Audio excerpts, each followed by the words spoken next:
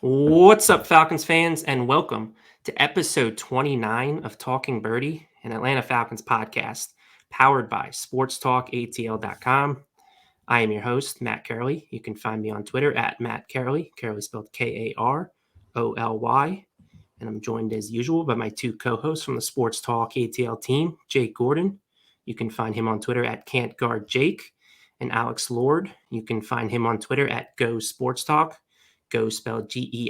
And it's been a minute since we've recorded. Last time we came to you live, Thursday Night Football, Falcons versus Patriots was not a fun game, but we did have a lot of fun talking with some good people for 3 hours. And, we figured when you're dealing with the Falcons on a daily basis, it's not a bad idea to take a mental break from them. So we did that. The holidays played a part in it, but we're back here. A lot's happened in the last 3 weeks, so we're here recording on our typical Tuesday night, December 14th, to kind of catch you up to speed. So, Jake, Alex, how are you guys doing tonight? Good. Really good. Yeah, I'm solid.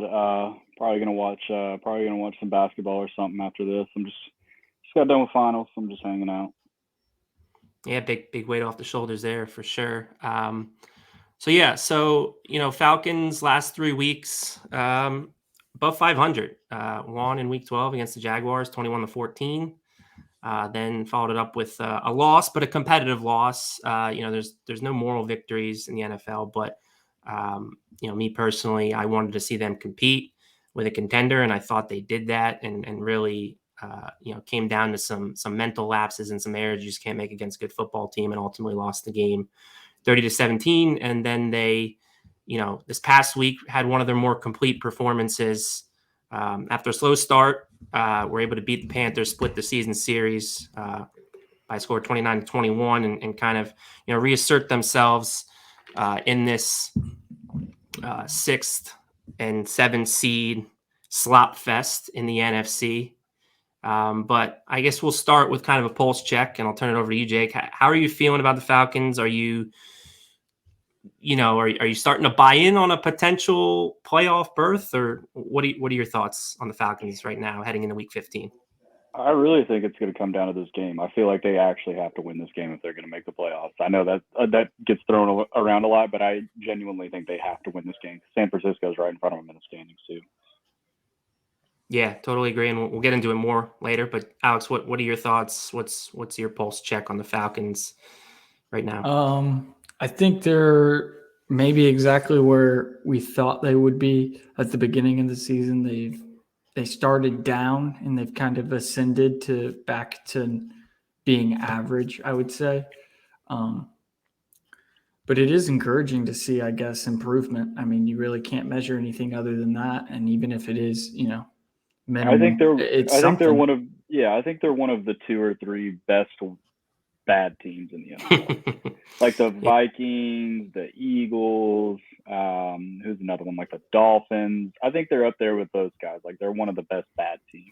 What do you guys think about the point differential though? Because that gets thrown around a lot, and I know heading into last week, they actually had the worst point differential in the NFC, worse than the Lions by a couple points, despite their record. Now, it's funny, and before you answer that, it's funny because last year we're looking at a 4-12 team that had a point differential of a team that was, hovering around 500. Their point differential was near break even, and now it's flip flopped. I mean, this team's a living and breathing meme where now they're hovering around 500, but they have a point differential of a 3-win football team. So, I mean, what do you make of that? Because Jake, you did say you think they're one of the better, worse teams, but point differential certainly wouldn't point towards that. Yeah, I think it's just kind of funny, honestly. I mean, I've said it 100 times, and I mean, nothing's really going to change. They get their asses kicked by good teams. They beat really bad teams, and if they're playing someone on their level, it's a toss-up, but they can usually beat them. And, I mean, I think that's pretty good for a team with a roster that's probably like bottom 5 in the NFL, maybe. So, especially without Calvin Ridley. So, I don't mind it. I know you could call them frauds, or I don't know how you call a 6 and 17 fraudulent, but I mean, it's just how it is. Yeah, I think it kind of speaks to the resilience. It has to. The team is kind of adopted under Arthur Smith, just because you can't come out and just score 3 points in back-to-back weeks and give up 68 points or something in the Cowboys Patriots game, and then come out the next week and then do something impressive, where they do. So I just think that at least having a short memory is important in the NFL, and the team's shown to have that at least. I think the coolest thing that I noticed during the Panthers game is they're kind of turning into the team that Arthur Smith probably envisioned and who maybe all the fans thought that this team would be, which is, a kind of a rugged, similar to how they are at the Titans, which is also how they are in New England, because Vrabel came from New England, where it's just, that kind of no bullshit, do your job, smash mouth football. And, obviously the personnel doesn't dictate that in Atlanta, but now without Calvin for, it's been weeks at this point, I think they're kind of going away from, maybe trying to be something that they're not. I don't know. I think that also the mesh point of scheme to players is coming to fruition. Guys are starting to get it, specifically the offensive line. I know we'll talk about that later, but I mean, everybody always says you got to peak in December. That's how NFL works. You can be as good as you want in October, but as long as you're peaking in November, and that's it's a low peak. It's a very low peak for the Falcons for sure. But that's peaking. This is like the best they've played. This is the best and that's what they need to do, honestly, because they essentially need to go 4-1 in December. I guess it would be 4-2 at the Tampa Bay game was first day or so in December, but they need to go that 4-2 to have a shot at the playoffs. 9-8 is going to be what does it for them. 8-9 wouldn't, because some of the tiebreakers, and we can talk about that more later. But yeah, they need to peak at the right time, and maybe they are. And I think to your point, Alex, I agree. I think especially these last 3 games, we're starting to see the type of balance, and finally the run game's starting to click. Like, that's been my biggest takeaway. I think a lot of our, everyone's biggest takeaway is the run game getting over 100 yards the last 3 weeks, and one of those games coming against the best run defense in football in Tampa, and Carolina's no slouch either. So yeah, I think, again, they're beating teams below themselves. So to Jake's point, then they have to be one of the better teams of this worst bunch. Cause again, look, they're beating all the teams below them. And, with San Francisco, this is a big litmus test, because San Francisco is above them in the standings. And they have a shot to really control their own destiny with a win. But I guess before because I'll let you guys talk about any of the other positives that you want to point out from the last couple of weeks. I do want to circle back. We usually talk about roster moves or injuries, and in this case, we have a pretty significant injury. A guy who's played most of the defensive snaps to this point, Eric Harris, starting strong safety, was lost for the season with a torn pec in the Week 14 win versus Carolina. What are our thoughts on that? Obviously, Jalen Hawkins filled in. Richie Grant was out, but I don't know if it would have even mattered if Richie Grant was healthy. I think Jalen Hawkins would still have been the replacement, and I tend to think that's how they're going to roll forward. But certainly an opportunity, because the Falcons have been a 3-safety team for a good chunk of the year. Good opportunity for Richie Grant, provided he returns healthy, to see some significant snaps, in meaningful football games, which is what we've been kind of hoping and pounding the table for. So, Alex, I'll let you start. What are your major thoughts on the Harris news? It's pretty disappointing, because he seems like a good human being, and first and foremost, he is a human being. He seems like a good guy. You never feel bad for the dick that gets injured. You're like, oh, whatever. But he's a good guy, so you feel bad. But football-wise, it's a pretty big loss. It's a more significant loss than people probably think, just because Eric Harris isn't great. He's been mostly serviceable. He kind of was the only enforcer on the team that it felt like he was, popping guys and not making guys not want to come over the middle. And I think most of all, Dean Pease trusted him. He's a veteran. He knew what he was supposed to do. He probably knew what everybody else was supposed to do as well. And that's pretty valuable to have on defense, kind of like a coach on the field, so to speak. So maybe if he's not making the plays himself, he can at least get guys in position to make the plays. But, I mean, it's a significant loss. And, I mean, especially against a team like San Francisco that's going to line up with 2 tight ends for half of the snaps, you want your best safeties on the field for sure. Yeah, that last point's especially critical. That'll be a tough assignment for whoever draws. I mean, any safety in the league that draws George Kittle. Kyle Juszczyk's a factor. So not the greatest timing to lose Harris. Jake, anything to add there? Yeah, I feel like Eric Harris is not as bad as a lot of people made him out to be. I feel like a lot of fans really didn't want to like him, and that might have played a role in it, but he really wasn't that bad. It sucks because that's just a position where there's not a lot of depth. Yeah. Even without Richie Grant being injured, there's just not a lot of bodies there. Right. Certainly there's a hesitancy to play Grant. The coaching staff knows better than us on that. But Harris was a guy that, he was their first signing, I believe, in this era. And, he's a veteran leader. He's a guy that they trusted, and trust is a big thing. I mean, people ask why Steven Means sees the snaps he does. They trust him. He's been in the scheme before with Pease. So that matters. That matters, especially in year one, because you need to be able to trust these guys. And, again, this coaching staff's trying to build up some goodwill with the organization.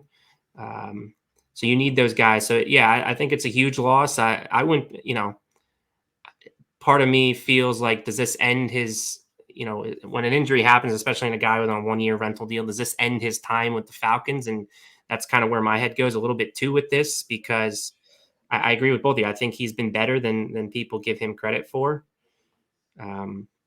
You often, again, secondary play is one of those things. You often don't see the good plays when you're watching the game because you don't have access to the all 22. So Harris is a guy that, did his job for the most part. Yes, it was frustrating the times where he couldn't catch an interception early in the season, but it is what it is. I mean, again, I think it will be a big loss, and hopefully these guys step up. Hopefully Hawkins, this is a great opportunity for both those young guys, and it's a great opportunity to kind of look into the future a little bit too, because if they grab the jobs by the horns here and play well, that's not only good for the present, it's great for the future, and makes me feel more comfortable going into the off season that maybe you can trust those 2 young guys at the starting jobs and kind of supplement them with depth.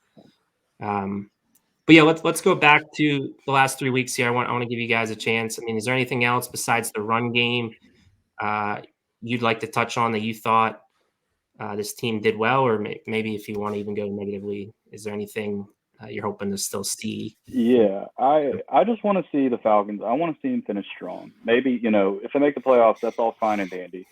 I want to see them hit 8 wins. I think that'd be nice. That has nothing to do with the fact that I have a future on them hitting over 7.5 wins. But I want to see them hit 8 wins.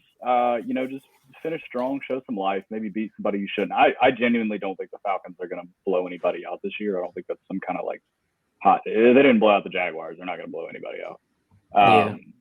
And I think there's nothing wrong with that. But I think 8 wins is if you get 8 wins in the first year under Arthur Smith, I think that's a huge success. It'd be really hard to say that it wasn't. No Calvin Ridley all season, no Julio Jones anymore. I think it would be a resounding success. The only problem is, of course, the draft pick, which I don't really care about. I don't really care about draft position. I don't care about picking 9th against picking 13th. I think 8 wins would be nice. Yeah, I agree. I think that something about the offensive line and kind of the scheme and the personnel meeting, and they're kind of meshing finally. I think the defense is experiencing some of that as well. That maybe they're finally starting to get the nuances of the entire system, not only their role, why they're doing their role, why the guy next to them is doing that. Because as of in the past 3 weeks, they've played. I mean, I know the Bucs put up 30 on them, but I mean, Tom Brady and the Bucs are Super Bowl favorites, so that's you can't hang your hat on that. Their defense played well against bad offenses, and I mean that's all you can really hope for with a guy. I mean, we're starting Steven Means on the edge. I mean, this defense is still not good. I mean, and they're playing decently, and I know that everybody like Steven Means now because some of the pieces that have come out about him and, whatever. And I just think that he's still a bad player. Like maybe he does what he's supposed to do, but what he mentally, maybe he's there. Physically, he's not there. Like maybe he in his mind, he can do the right things, but he's physically never going to be able to do what Dante Fowler does. I mean, it's riding on the roll. I think that's a lot with Eric Harris and like Richie Grant or Jalen Hawkins is he knew mentally where to be and what to do, whereas the young guys don't. But I mean, physically, it's not even a comparison between Grant or even Hawkins and Harris. And I think the same goes for anyone on the defensive line. So I think it's impressive that they're playing this well. They're not playing, incredibly well, but they come up with timely stops. They're forcing field goals and they're forcing turnovers. Granted against bad offenses, but what else, play the guy you line up against. So I guess that's pretty impressive for me. Right. Yeah. I mean, yeah. Oh, sorry. Go ahead, Matt. No, I was just going to say, I thought especially in the Carolina game, outside of the first two possessions of each half, they were on lockdown for the most part. So, again, take advantage of the competition that's put in front of you. And, just one more thing to add about Means. I mean, again, we've said it before, Means should be a rotational player on good teams, good defenses. Falcons don't have the personnel. He's, again, going back to it, he's a guy they trust. He's played in the scheme before. I thought one of his best seasons as a pro was last year because they slid him inside. And I think as a rusher inside, he can take advantage of those guards because they're not as fleet-footed. But now they don't use him that way, which is unfortunate for the pass rush. But that's why going into next offseason, I think we're all going to be saying pass rush. That's the number one need. Adding edge rushers should be the focal point. I think some of the secondary guys, if they bring them back, it'll be okay. But the edge depth is putrid. And, with Fowler being everyone being a free agent, aside from Adi Ogundeji, that should be their focal point. Hopefully it is. So, Jake, what were you going to say? Yeah. So I'm going to put the cart before the horse for a second. You look at San Francisco, if they beat San Francisco, obviously huge win. They don't fall asleep against the Lions. How big does that game against the Bills get in January in Buffalo with the Bills, who are probably still going to be fighting for a playoff spot too? That's a real litmus test. But like I said, that's well. I want to ask another question. Is the Bills game potentially more winnable than the 49ers game? I know that would have been downright crazy to say a couple months ago, but Bills are 1-4, I think, in their last 5, and they're a one-dimensional football team. Yes, Buffalo in the cold is not ideal for a dome team, but Alex, you talked about it. I mean, I think this team is kind of developing in the image of Arthur Smith, where smash mouth, run the football, don't need to pass a lot to win the game, and potentially that could travel to a place like Buffalo. So. Yes, I agree. San Francisco's hot. Yeah. So, I mean, I agree with your point. I think it's an absolute massive game and certainly gives them a little bit more breathing room, though, if you're going into that game already with the 8 wins. But if you can win that game, there's even less pressure on that finale against the Saints, who are probably going to be itching for some revenge in Atlanta after the way the first game went. Because again, if you get to 9 wins, some of the teams above them had to have pulled upsets to knock the Falcons out. Yeah, I feel really strongly about their playoff odds if they get to 9. Yeah, me too. They're gonna win. They're gonna win one more game this season. One game? They're gonna beat the Lions, and then y'all are gonna be totally different. Like that's where the projections are at. I know ESPN put out their projections. Seth Walder on Twitter did, and 7 and 10 is what the simulation said there. So if they beat Detroit and if they beat New Orleans, I don't have it. Yeah, sweeping New Orleans is great, right? Yeah. I said 7 wins, and I said 7 wins would be an improvement. I mean, they arguably have similar. Didn't you say 8? Didn't you say 8? I said 7 or 8. I said 7 or 8. I may have said 6 or 7 actually. We have to go back. We have to run the tape back. Yeah, I don't know exactly. But yeah, you're around there. Give you credit. It's an improvement with a very similar roster, and maybe it's worse. Maybe it's worse. But it's still pretty much the same roster as it was last year. You just got a bunch of guys on, vet men. I feel like we have so many snaps allocated to guys who are on the vet men. Maybe not the actual vet men, but like, $1 million contract, one year, $1 million contract. I mean, I put out that tweet a few weeks back, and I think, Alex, you commented on it, and other people did. Some people didn't like how I phrased it, but like half their roster was acquired this year, and again, most of those guys acquired this year outside of the draft class is all vet min guys, for the exception of Cordero Patterson and like Mike Davis. So yeah, I mean that's what they had to do. But yeah, it absolutely is. And again, I don't know if that's going to get better. I think it'll get incrementally better because they have to kind of do a little bit more next off season.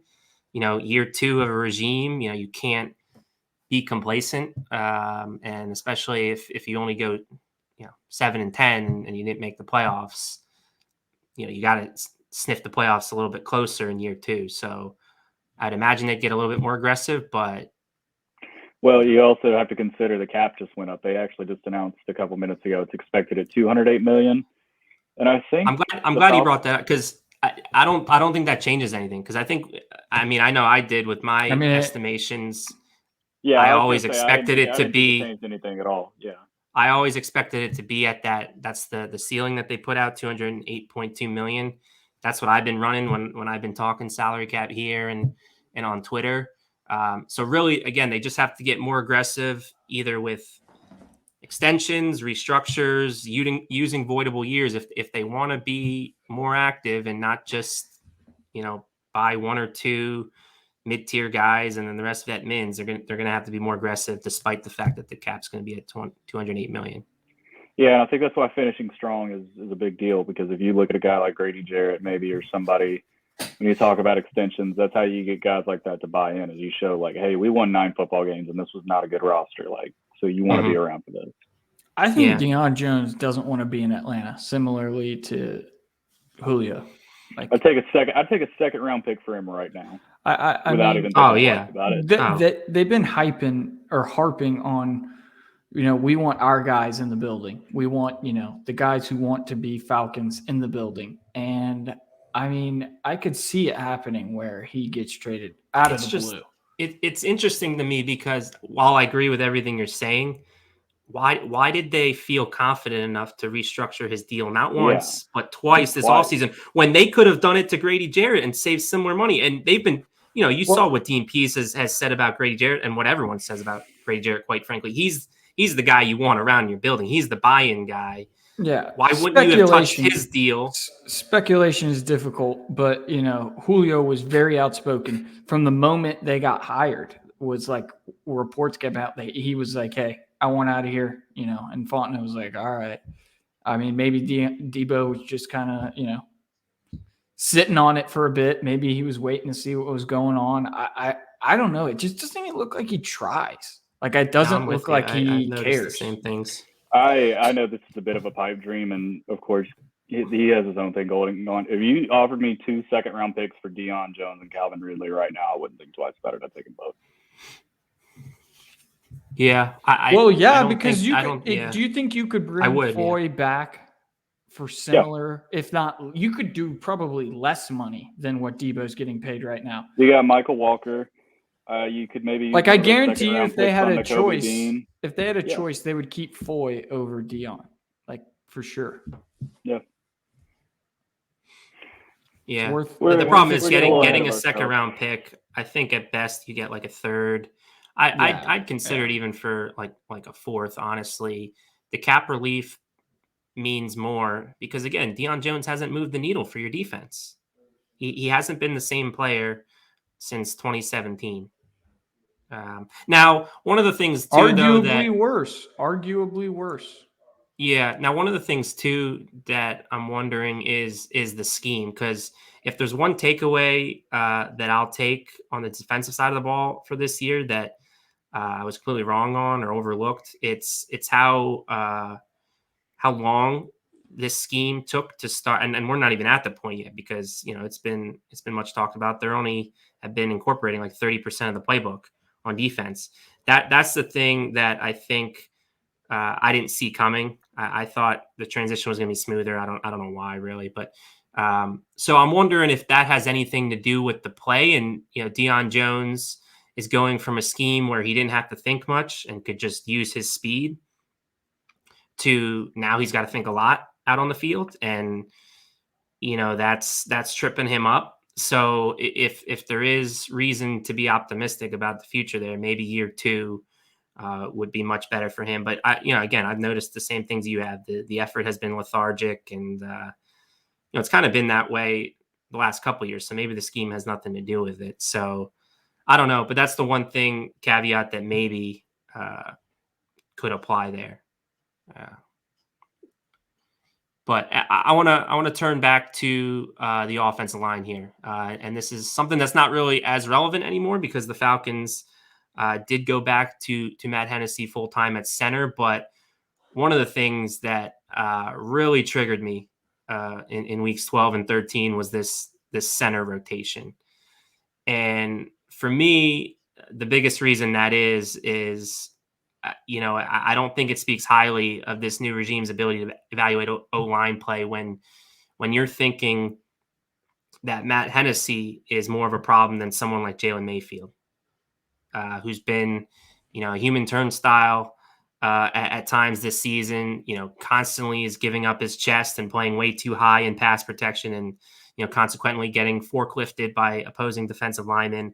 The fact that you think you need to rotate your center, who I think your center has been your third best offensive lineman consistently on your team. Now, again, not a low bar, not a high bar to clear, but again, a guy that I think, especially in the run game, getting up to the second level, his athleticism does shine. That's the problem that I had with it all along. And then you saw what happened in that Tampa Bay game with the 2 botched snaps that I think were extremely critical and kind of derailed that red zone drive where they had to settle for a field goal. So, and that's why they turned back to Hennessy full time, I believe, in week 14. But for me, man, it just baffles me, and I'm wondering how long the leash is for Mayfield, because again, this Hennessy and Dahlman thing, speaks to nepotism and speaks to the fact that Dahlman was a guy that they drafted, Hennessy was not, and Mayfield's obviously a guy that they drafted and invested a significant draft pick in the early third round. So it's going to continue to be an issue. For me, there's nothing that Mayfield has shown me really that makes me think that things are going to get better with him. And so, again, I'm not sure what they do. I know I've thrown it out on Twitter that, my thinking for their plan this offseason O-line is they're going to bring back Matt Gano because it'll be a cheap kind of 1 year close to Vetman deal since he's been hurt all year. Potentially to compete with Mayfield at left guard. I don't know what the plan is for him was there. I know he was playing at tackle quite a bit, but before he got hurt, and I think the McGarry absence had something to do with that, or that's my thinking anyways. So they bring back Gano and they draft a tackle to potentially be, the heir apparent likely to McGarry. And they don't really spend significantly, but I really think they're going to unfortunately roll with Mayfield for 2 years, and, center, who knows? I mean, maybe they reopen it in the off season. But I mean, what are your guys' thoughts of the offensive line? What did you think specifically of that? Were you as irked by it as I was, or? I think it's just weird. I think it's, when you talk about centers making calls at the line, I think it just messes up the chemistry, and you already don't have great chemistry on the O-line. It's just one of those weird things they've tried out this year, which, like Felipe Franks' Wildcat package. I mean, hopefully it's just something that's in the past at least. I mean, hey, at least they try it and then stop doing it if it doesn't work. They don't sit there and keep trying to, jam round peg to square hole. Yeah. Yeah, I think it's – I don't know. The nepotism thing is I think it's a reach for sure. I don't think that's it. I mean, what else were they going to – who else would they put in for Jalen Mayfield at that point if they were Well, to? I mean, Josh Andrews. I mean, I know Josh Andrews isn't great, but Josh Andrews was supposed to be the starter until the hand He injury. hasn't even been on the roster at some point. Like, Well, that's because he provides no positional flexibility. They're going to no, play but Kobe. wasn't he on the COVID list for like 3 weeks? Yeah, I thought you were talking about though the fact that he's been like a healthy scratch. No. He's not. But like right before we started seeing the rotation between Hennessy and Dahlman, he was on the COVID list, correct?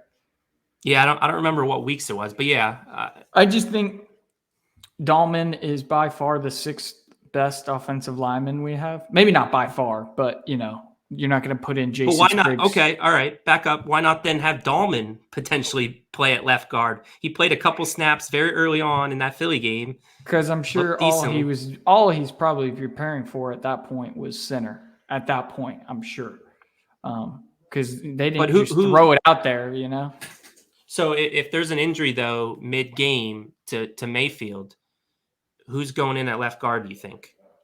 Probably Dahlman, but I don't think that means that he is guard first over center. I think he's the swing interior guy, so he has to be preparing a little bit for that. I think he's a center guard, not a guard center. No, I agree with that. Sense. Like I agree with that, but I think they were just trying to find something to spark the offense, or I mean anything. I don't really. Yeah, I think the center rotation is weird. I don't even want to talk about it, like because well, I don't really much either. But I had to get that off my chest. I mean, I said a bunch of stuff about it on Twitter. Good football teams don't do. Yes. It's some Jets shit. It's some Jets and John Ledyard. John Ledyard. I respect him on Twitter. He covers the Bucs. I mean, even when he was watching the recap of the Bucs Falcons second game, he was like, "Are the Falcons really rotating centers right now? Like who does that?" Because again, like Jake said, offensive line play is chemistry based, and when you got a couple new parts in there as it is, that's not good. It messes with it, and obviously it messed with it in the snap exchange, and it's just Arthur Smith is a former offensive lineman himself and a former offensive line coach. Like, what were they thinking? Obviously Matt Hennessy wasn't doing something that they wanted or needed, or or they saw Drew Dahlman doing. And that's why I bring up the nepotism thing, because there was a center competition announced, or even going back, like drafting Drew Dahlman really didn't make sense to me in the fourth round, because I'm with you, Alex. He's really a center, and I guess he's played some guard and surprised some people there. Surprised me when he played there in the little time that he did. But he was a kind of a center-only prospect. So why are you drafting a center-only prospect when you just drafted, a center in the third round the year before? You barely saw him. At least give him a chance. If you want some competition or push him a little bit, just bring in a veteran on a 1-year deal. Don't invest a fourth-round pick in that. So that's why I think it's nepotism, because they're really pushing and making any sort of excuse to get their guy on the field. So that's where I'm coming at with that angle. And again, I'm glad they went back on it and kind of corrected the mistake and didn't continue to push the issue. And you could say, and others have, that this pushed Tennessee, and he's had some of his best games if you look in the Pro Football Focus grades. But I just think he wasn't the problem. I think people were harping too much on the short yardage situations in the previous weeks. And, to that, I'd say, that was never going to be Matt Hennessy's game. He's not going to be that guy that's I would like to run right behind. Yeah, I was about to say, I would like to chart the exact runs, the kinds of runs that they chose to do with Hennessy and Dahlman, because there is not, from what I watch, Dahlman is much more effective in handling, you can't necessarily run it right behind Dahlman, but I think more so than you could Hennessy. Probably. He's a little bit stronger. He's definitely stronger, but I think the bench reps and the combine. Yeah. He can move people, which is so important. I don't know why they did it. I don't want to talk about it anymore. I'd like to talk about Jalen Mayfield, and I do think that if they don't give him a second year, I mean, what are we doing here? I think that they see him as just, the doughy boy that he is, and they can just mold him into, something that they see. He's like 20 years old. I mean, the guy doesn't have, I think you just got to give him time. And I agree, he's been awful, but I mean, his technique needs to change in a hurry, because it's not even just the doughy boy lack of NFL strength thing. It's technique. Well, it is. I mean, he's constantly high in pass protection.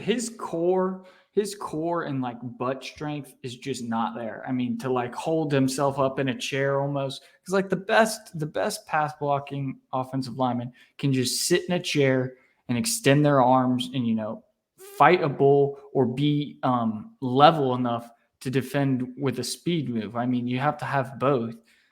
More so at tackle than guard, but still, I mean, those things still apply as a guard. You got to be able to sit down in a chair upright. Well, that's the thing. He's got to get in that chair. He's not getting in that chair. That's a physical thing. That I think it's technique too, though. It's technique too. His core and his legs are just he needs not both. strong. I'm not arguing he doesn't need both. I think I lean towards what Alex is saying here. I think that he is so physically limited. Like, I feel like he lacks so much strength that it's causing these technical problems, because it feels like he has to compensate. It could be everything. I think it's both. It's definitely both. I'm not saying it's not what you're saying. Right. It's both, but I don't think having core strength has anything to do with.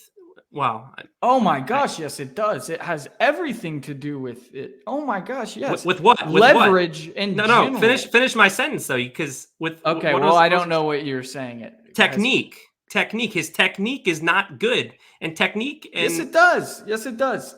Like appropriate technique. I think we're just saying I have to agree to disagree on that. Yeah, I mean, yeah. I think again, he absolutely. I think they go. I think they go hand in hand. They go hand in hand. They really do. All right, we'll have to get an O-line expert on the show at some point this offseason. There's a couple good ones out there I think we can reach out to. But yeah, I mean, he's got a ways to go, and we'll see how patient they are, because I mean, look, I wouldn't fault them for it if they tried cutting their losses. And it's not like they're going to cut them. It's just maybe go back to the bench. Watch from the sidelines from a veteran.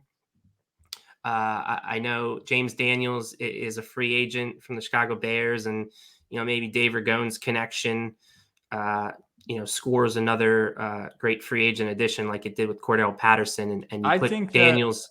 I think that the front office will literally upgrade any position on the field if they think they can, and that includes left guard. If they think they can, yeah, as long as it does. I mean, that's all that we can ask for. I'm not saying they will. I'm not saying they can, but if they think they can, they absolutely will. I mean, yeah, I mean that's all. That's all I think we can ask for, and I'm hoping you're right on that, because again, McGarry's going to be back for one more year regardless, and I do think he'll continue to be the right tackle. They'll look to potentially find a successor, but left guard is an issue. And I think if you upgrade the left guard spot, that'll even help a guy like Matt Hennessy out more, so we'll see. But that's certainly going to be, I said earlier, edge is going to be the focal point on defense. I think, offense can use quite a bit, but I think it all starts up front. Think literally any position, it all needs to start up front. Any position is going to be on the board. And the Falcons are on the clock. Every single position will be. I have no doubt about that. They took a fucking tight end, 4th overall. I mean, nothing is off the board. They took a pass catcher. Yes, whatever. I mean, that's they took a Julio replacement. I mean, still, nothing is off the board. They'll do anything. These guys are crazy. These guys are crazy. Yeah. All right. Let's wrap up the show, kind of talking a little bit more about maybe this game upcoming. Started off first with what has you feeling good that they can potentially win this game?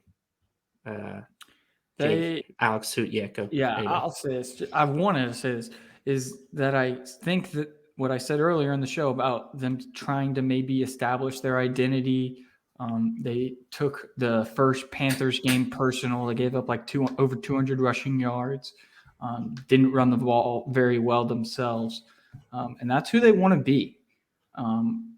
And maybe the offensive line isn't that, steamrolling offensive line that the Titans had when Arthur Smith was there. But I truly believe, like, in its primitive state, football is just a game of wills. And if you can convince yourself and convince your team that you can win in certain situations, obviously, schemes, systems, executions are all important. But in it, bare bones is just, it's all will.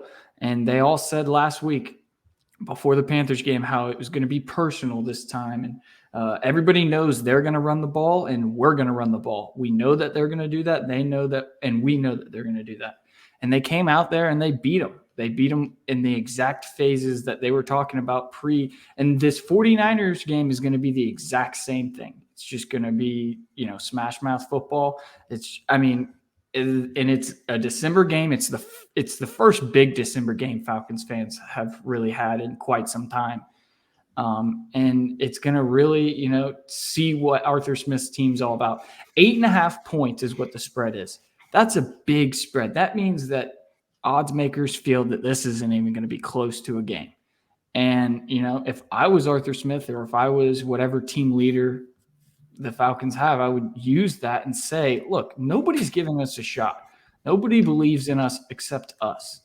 And I think that goes a long way.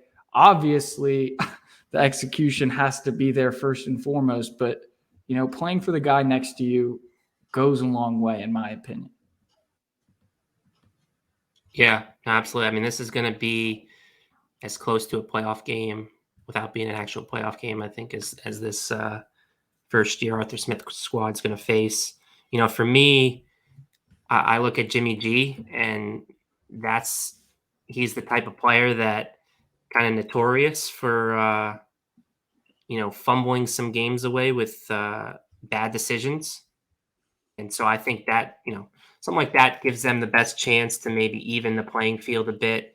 Obviously, Matt Ryan hasn't played well, been in a little bit of a funk the last couple of weeks. I thought he did play much better this past week than in previous. But, clearly the Falcons, have the better, smarter quarterback. I don't even know. Football. As of late, probably not. As of late, probably not. Jimmy G's playing better. Well, as of late, I said as of late. Matt Ryan's been playing bad. I mean, he's has maybe Jimmy not G bad. Maybe not bad. Really been the driving force behind these 49ers? Obviously not. But I mean, that's neither was what Matt I'm Ryan. saying. Why are we giving? No, I know, but again, if you're going to trust one of these quarterbacks on a given Sunday, throw everything out the window. I mean, because again, the thing I always go back to with Matt Ryan is, yes, he has some bad games, but the man always rebounds. I mean, he has for the duration of his 14 years. So yeah, I mean, Jimmy G is playing. He's playing better as of late. I mean, he's got back-to-back weeks with over 100 quarterback rating. In the past 3 weeks, 4 touchdowns, 1 interception. He's playing good as of late, and Matt Ryan's playing bad as of late. That doesn't, new game, forget everything else. So I'm not going to disagree with you, but I don't know. I mean, as of late, Jimmy G's been playing better, much better. I mean, Matt Ryan hasn't been playing horribly. I rewatched the game against Carolina, and his egregious blunders definitely overshadowed some of the great things that are very subtle that he does. I think that, people often overlook the small, the minute things he does on every single down he does just to get a 5-yard gain. I mean, it is impressive, but some of the blunders were so bad that it's hard to look over. I mean, it's not even just this last week. It's recent weeks. He hasn't been great. But I still don't think either quarterback's really going to make a big – I mean, maybe. If one of them throws a pick, I mean, yeah, that's definitely a game changer. But I don't think either Arthur Smith or Kyle Shanahan's going to leave it in their quarterback's hands. Like, I think it's going to be a similar game to last week, Carolina. And it's just going to be one on the ground, which doesn't favor the Falcons, in my opinion. Yeah, see, I don't feel that way. Again, Matt Ryan hasn't played up to the standard, but I at the end of the day, I mean, we saw it against Carolina, which I was very happy about, and it's a step in the right direction. You know, they played great 4-minute offense. I thought they were just going to run. Arthur Smith dialed up a great play, and he let Matt Ryan, throw the ball and get that conversion. So I still think, again, I'm going to roll with Matt Ryan. Until the body of work is larger than a few games, which again I think it is going in the right direction now. I'm still going to defer to Matt Ryan. I think league wide, people would still defer to Matt Ryan. Some 49ers people I follow, they're baffled by some of the decisions that Jimmy G makes on the football field. And I guess, you can bring up the Kurt Warner video, which got a lot of traction over the past week. And, I took the time to watch it, and, some of the stuff Kurt said in there was fair as far as some of the reads go. Some thought was a little unfair, like the one where Matt Ryan had literally a second to throw. And, he even added a disclaimer as far as Kurt doesn't know what the progressions are or what's called. And if Matt can only look on the first progression and it's not where Kurt thinks the ball needed to go, and Matt only has a second to throw, I mean, why even waste the breath of critiquing a player like that? So, and the other thing I'll say too, and I think this is more for down the road, and it gets talked about a lot since Matt's turned through offensive coordinators quite a bit over his career. First year, there's growing pains. And I think maybe some of the stuff that Kurt Warner talked about with where Matt's eyes are might be completely different in year 2 of the offense. So, yes, Matt's locking in on a particular progression of the read that maybe he's more comfortable with right now. And hopefully over time, year 2, you see that thing sort of change. He brought up too, like the very last play of the game, the Russell Gage drop that would have been a backdoor cover in that Tampa game. You remember that? Yeah. Like, why are you even talking about that one? It was the last play of the game. Like, it's, clock's winding down. Why use that in your I don't know. This is probably the most excited I've been for a Falcons game in a very long time, because I'm eager to see which team shows up. And I want for them so badly to just, show up and shock them, at least, a really tight game to give them a little bit more confidence. Like, just believe in each other. I mean, I would love to just see a totally different Falcons than we've ever seen in terms of actually running the ball and being a mean football team. You think it's fair to compare this game to the New England game? Because I feel like the teams are kind of similar in that their play callers protect the quarterbacks, don't make them really have to win the game for you. They have a good running attack. Their defense is generally solid, although New England's is a step above.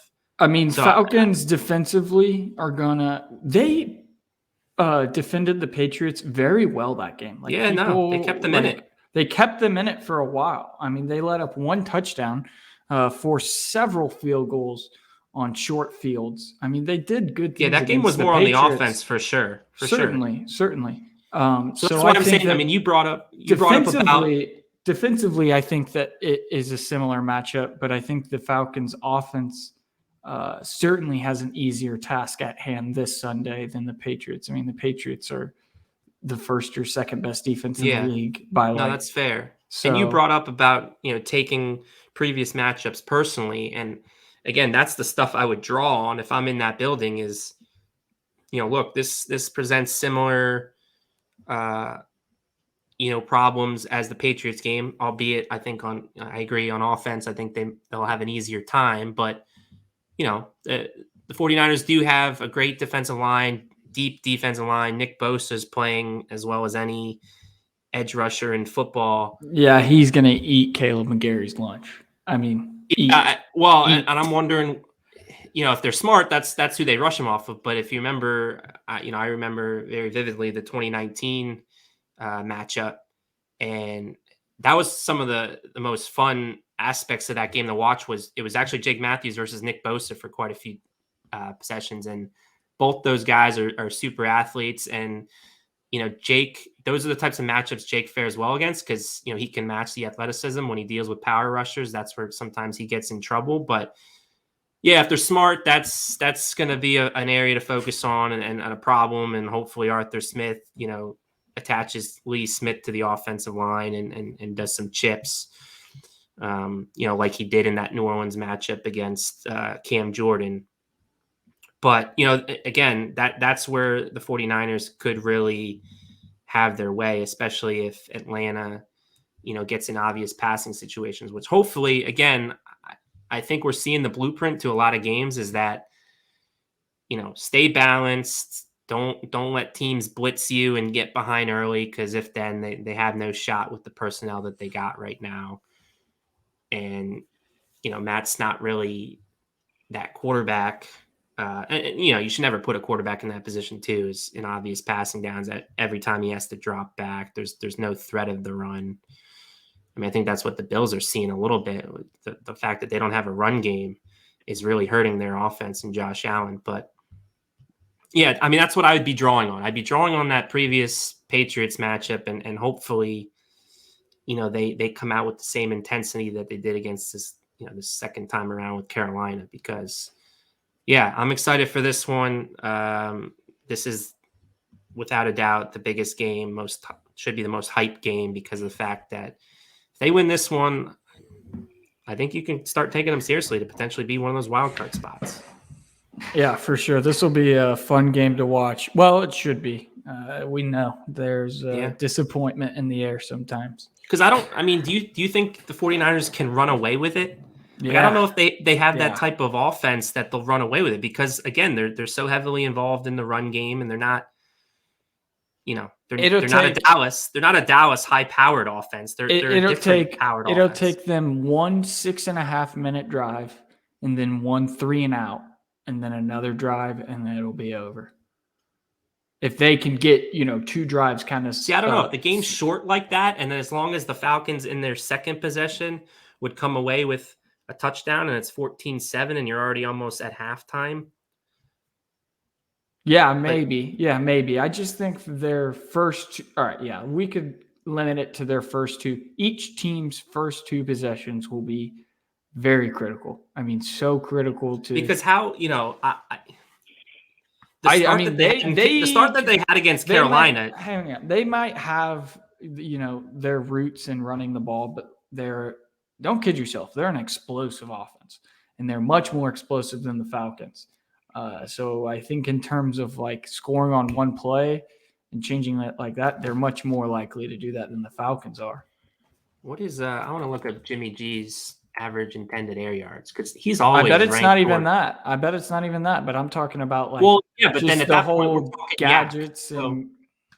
Yeah, that'll be key. I mean, that's another thing to bring up. I mean, Yak. This is a big Yak team. Yards after catch that the 49ers are. Deebo Samuel's one of the best at it. And, George Kittle is too. George Kittle.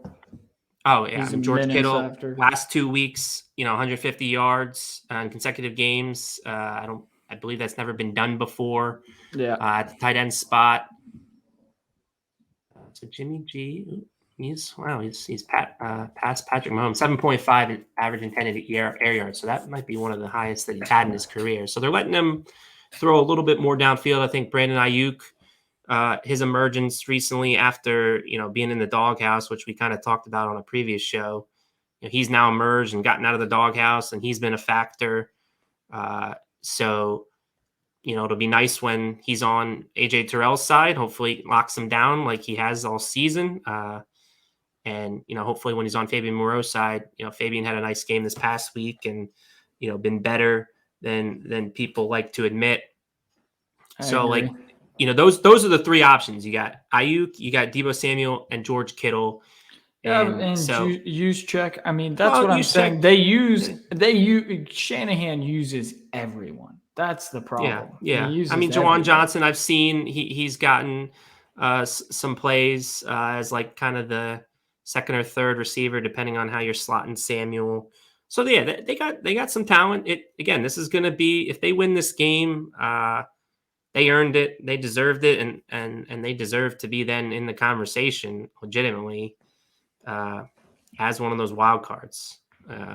So yeah, I'm excited for it. Hopefully, if nothing else, they're competitive. And if they lose, I'd like to see them cover, hopefully. So yeah, at least cover. Hey, great teams cover. Just giving it my analysis of what I gave earlier with the Falcons don't beat good teams. I do think the 49ers are a good teim, and therefore I do not think the Falcons are going to win on Sunday. But I'd love to be wrong. I second that. Yeah. I'll hang up and listen. If had to predict, I don't think they win this one. So which means you probably have to win out if you want to make the playoffs. Yeah, and then that goes back to the question. San Francisco's ahead of them in that wild card spot because you got to think there's LA, because San Francisco's in third in the NFC West because there's Arizona, there's LA, and then they're gonna be in a wild card spot if they're gonna be in. Well, yeah, if San Francisco wins this one, then really the best that the Falcons can expect is that 7th seed, but there's still a pathway if they beat Buffalo, and hopefully those other teams around them, there's no upsets. So hopefully, Washington and Philly split with each other upcoming. Hopefully each of those teams lose to Dallas again.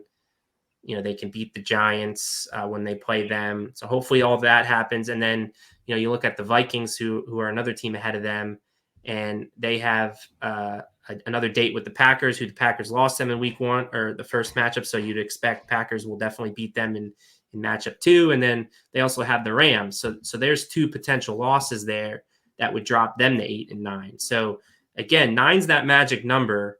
And it goes back to that question. Maybe the Bills game is more winnable than the 49ers game. Again, would have been crazy to say months ago, but with how the Bills are playing and Josh Allen apparently has turf toe, which who knows could linger. If the Falcons can run the football, maybe. So, but yeah, we'll cross that bridge when we get there. If they do lose to the 49ers this week, though, I feel like mock draft season will get a little bit hotter, and maybe we'll talk about some mock drafts. Jake, do you got a mock draft Monday this week, or did you have it this past week? Yeah, I did it last week, so it'll be this upcoming, the Monday after you're here. Okay, so it might be perfect timing following 49ers loss. Maybe we can get into some of those. Maybe we can run a mock draft.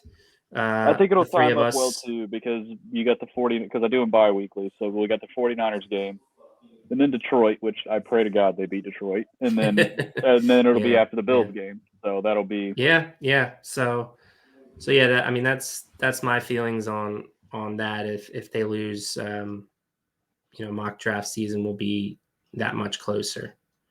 Yeah. Anything else you guys want to add? Anything you guys want to plug on the website before we duck out? No, just check out the Falcon stuff. It's constantly coming out. Yep, definitely. Yeah. Check out that. And they also have, great Hawks stuff. Hopefully the Hawks, can figure out their own woes finishing games. So right now sitting at 500, I'm sure we all expected a little bit more from them at this point, but yeah. So for Jake Gordon, Alex Lord, I'm Matt Karoly. This has been another edition of Talkin Birdy. Go Falcons.